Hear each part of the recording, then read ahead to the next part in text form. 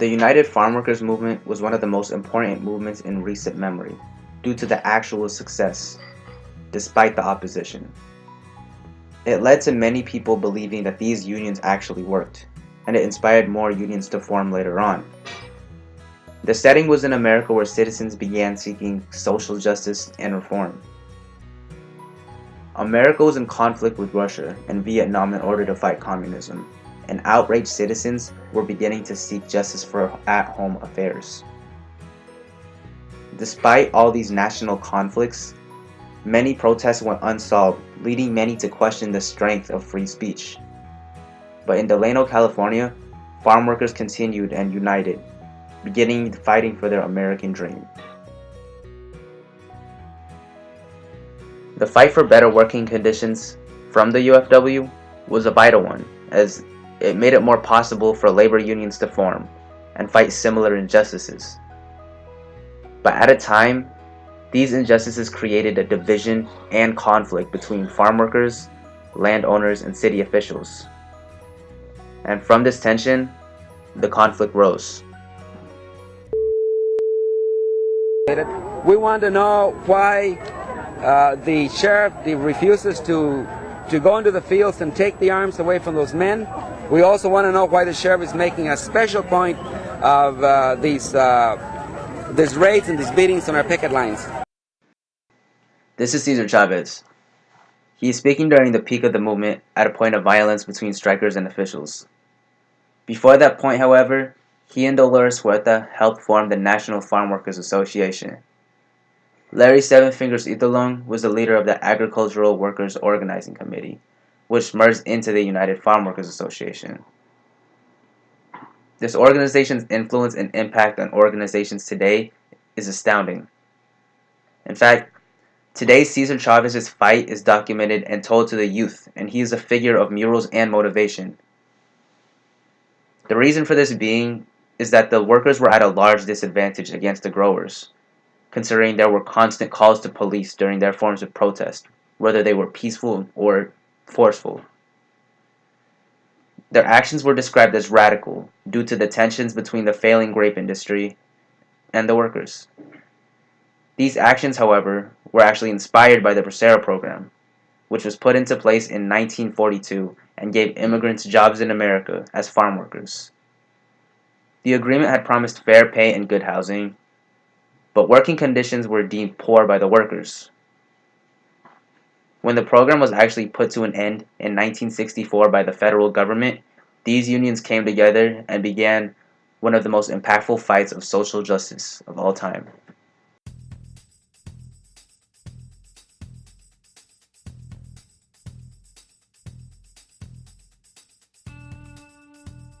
At the time, farm workers began feeling infuriated and were waiting for a reason to form these labor unions and strike. Their frustration stemmed from the poor working conditions and pay that they were receiving. The end to the Bracero program resulted in a negative reaction from farm workers, and it was the last straw. The conflict beforehand had been one-sided, but the anger from people who were working on these programs had begun forcing the conflict on the growers in charge. Once they had finally come together, they had been led to leave their work and begin protesting for better pay and working conditions. Growers, on the other hand, saw the situation as unjust and did not see a point in paying workers more due to their own personal profits and, quite frankly, seeing the movement as superfluous. The conflict had eventually escalated to striking and a nationwide boycott in grapes. Workers were leaving their jobs and protesting non-violently. There were several marches, protests, and the boycott. Simultaneously, the civil rights movement had been taking place and was an influence on the farm workers movement. Martin Luther King's talks of nonviolence were also a staple in the UFW movement and became almost like a code. That there's a great deal of difference between non-resistance to evil and non-violent resistance. Non-resistance leaves you in a state of stagnant passivity and deadened complacency. The difference between nonviolence and non-resistance brought much attention to these workers. There was discussion on both sides on whether or not the nonviolence was just a waste of time. You'd think that this would avoid negative publicity, but quite the contrary. Despite peaceful protests, there were still negative responses in the community. The marches and protests were seen as disruptive, and those who didn't agree would call law enforcement on the protesters. And the law enforcement did not take too kindly to the described disruption. On October 2nd, 1966, during a protest, a truck driver ran into a crowd of protesters and injured 2 strikers. The fight for better working conditions had become a full-fledged war. In the conflict, one side was clearly the striking farm workers and their supporters. Though the opposing side was primarily growers who didn't want to compromise, the true opposition was from pretty much everyone else. This means police, growers, grape eaters, and even President Richard Nixon. But why? It's because industries had been failing at a time of war. Due to the impact of strikes, and very few growers were giving in. Both sides took drastic approaches and losses to what they viewed as correct, but their reasons for their actions were met with internal and external conflict on both sides.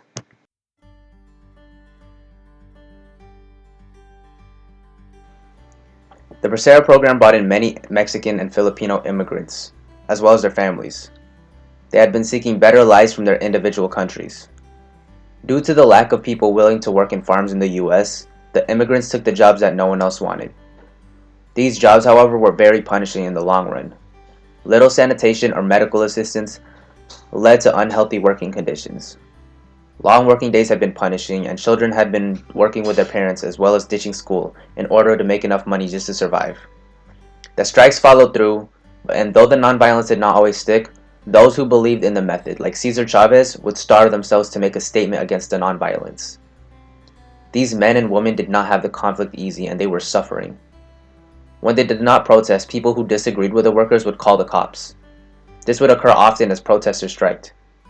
Workers began a 300-mile protest throughout California to spread the word of the boycott. In one instance, protesters actually physically stopped trucks from transporting fruit by these industries. These stories spread and citizens began joining the fight. And from Delano, California, to throughout the country, people stopped purchasing grapes from growers who are not willing to compromise with a UFW.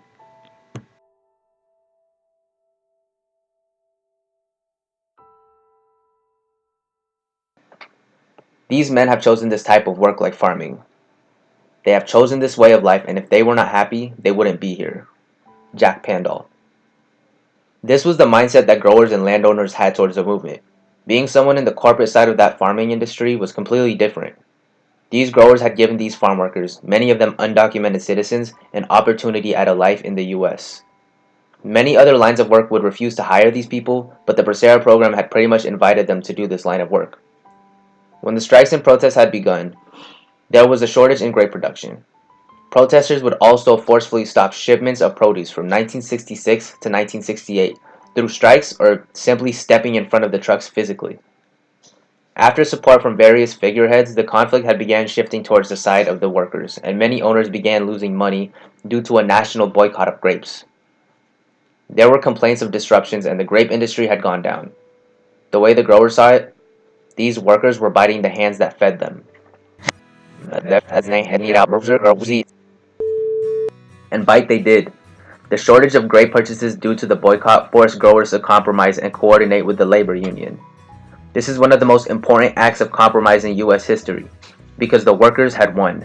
The citizens had put their trust into these workers, and it was a success.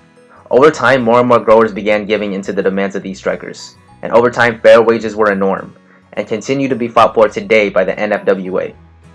The importance of the longevity of this movement is because at a time of constant national protests in the U.S., the UFW showed that local social justice can still exist.